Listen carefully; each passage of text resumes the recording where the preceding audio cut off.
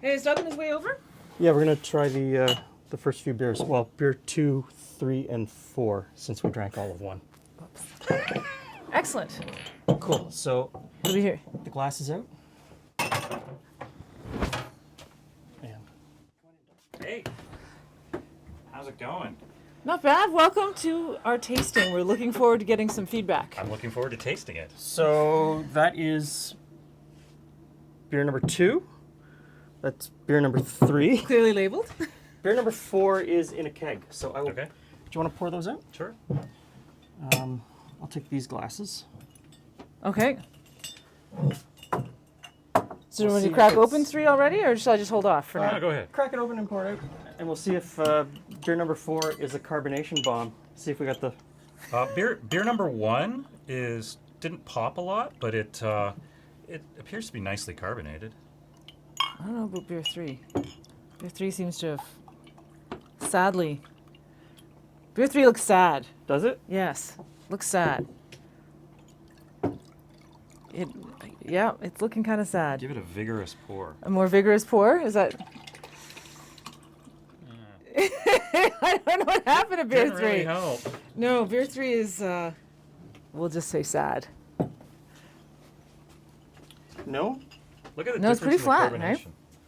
carbonation. This one's kind of moderately carbonated. This one appears to be fully carbonated. All right. Which is funny because, yeah. So, beer number 2 is a kit. Okay. Full-on kit. We had the grains already crushed. Beer number 3 is we took the recipe from the kit and we got our own grains and did a crush, but we're not sure if we got exactly the same grains because the recipe was a little bit vague on what was in it. Beer number 4 is we took the same recipe and we just upped it to a 5-gallon from a 1 gallon. Okay. And we So- also carved it in a keg instead of bottle So conditioning. both of these were 1 gallons. Yep. Kit, you recreated it, 5 gallons, kegged it. Yeah. Got it. And I think we came close on the numbers. I kept copious notes because. That's a good thing to do. So, they look kind of different, don't they?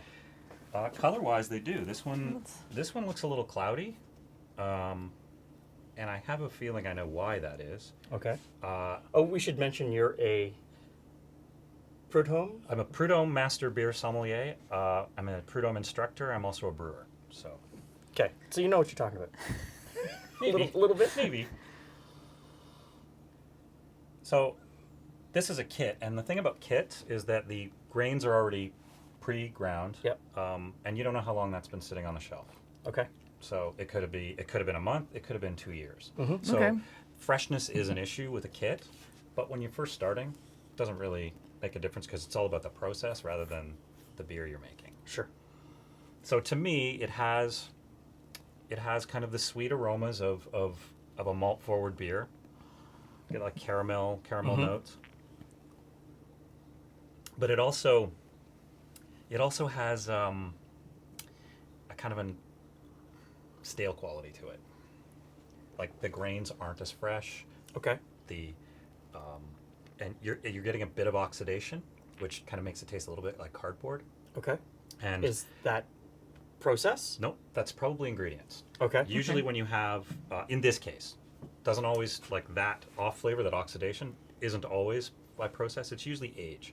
So Okay. you can have a beer that's really old that has been brewed perfectly fine, and then it sits in the bottle and it oxidizes because, molecules get in and out of glass and cans and oxygen gets in. Okay. So that to me tastes, there's a slight astringency to it too. So that leads me to believe that the kit wasn't very fresh.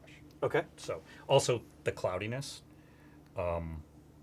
may have something to do with that too. There's a lot of protein in there. Okay. Okay. So this is getting a little bit lighter. A little darker. Yes. It's lighter than the third Yes. one. So smelling it actually smells fresher and a little bit sweeter. It smells like it has those caramel notes, the toffee notes. Definitely. Not getting a lot of hop character. The hop character I am getting is a bit on the kind of grassy side. It's definitely flat. Definitely flat, but it's quite sweet.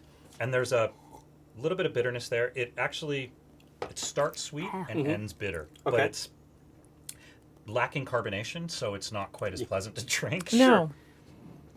Well, and so I think we also, between this beer and this beer, got a better handle on our mash temperature. Yep.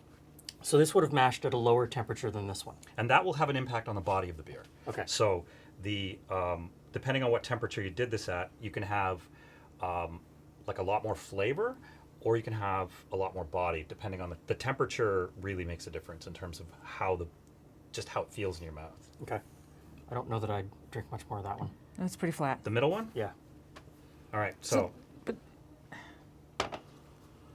So the aroma characteristics on this one are a little bit more pronounced, and that has a lot to do with the carbonation. So carbonation really helps bring aromas out. Okay. And this one has a very similar aroma profile. It's just I'm getting more of it. well, they look much similar. And this one I can get more of the hop character, which it's kind of, again, it's a bit of a grassy, kind of herbaceous, mixed in with kind of a that caramel toffee note from the malt. But it's not particularly.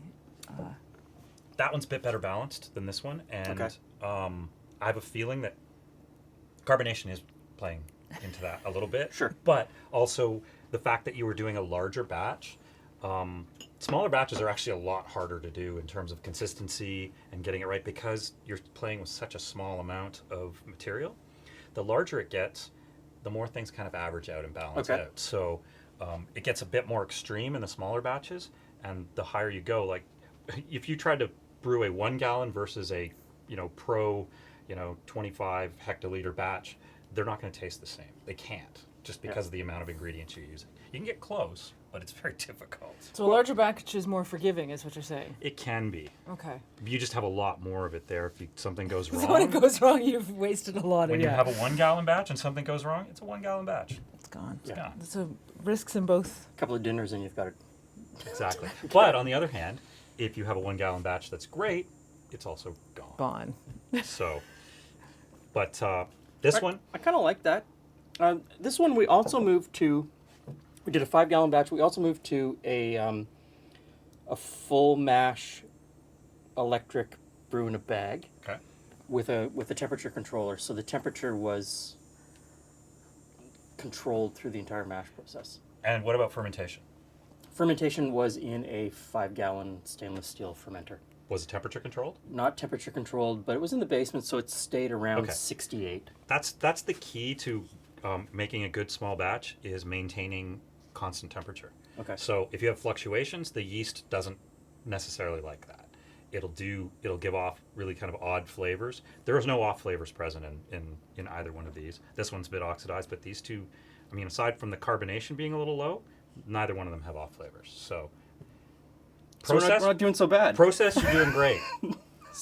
So we'll And continue. I quite like this one, but you told me that this is an American amber. So it's an American amber. According to according to the recipe that we got back here with the kit, but it only uses one type of hop. And what kind of hop was that? Tettinger?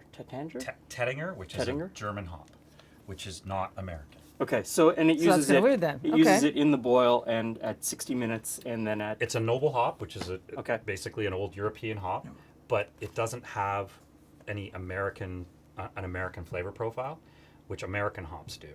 American hops will give you more grapefruit, more pine, and that's what's more characteristic in an American style beer. So, can you help us improve that, or Yes. change that, or bring it more in line with the style? Yes, and because it's an American amber ale, color-wise, you got your malt bill, your malt profile, perfect. I wouldn't Okay. change that.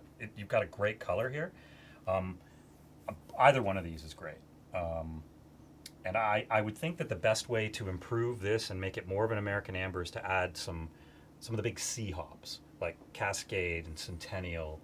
We can put a couple of kind of bittering hops in at the beginning that have less of an American flavor profile, but will still give it a nice backbone, a nice bitterness. So maybe Magnum, Pearl, and Cascade. Okay. That combination. And we're also going to do something you probably didn't do this last time around, is we're going to dry hop. Okay. So we'll add hops in. Dry hopping is when you add hops post fermentation. So when fermentation's over, we'll add some more hops, and that'll really boost the aromatics. So that's flavor and aroma rather than bitterness. Bitterness happens at the beginning of the boil. Okay. Flavoring and aroma at the end of the boil and post fermentation. Cool. So if you could come up with a hopping schedule for us, I could do that. email that to me, Sure. and a couple weeks get back together and we'll Yeah, brew some 'cause beer. Absolutely. Think a little guidance would be helpful. Yeah, because Be we've happy just to. we've just been bumbling along, learning. So Well, this is- you're bumbling quite fine, actually. Right. so let's to the brew.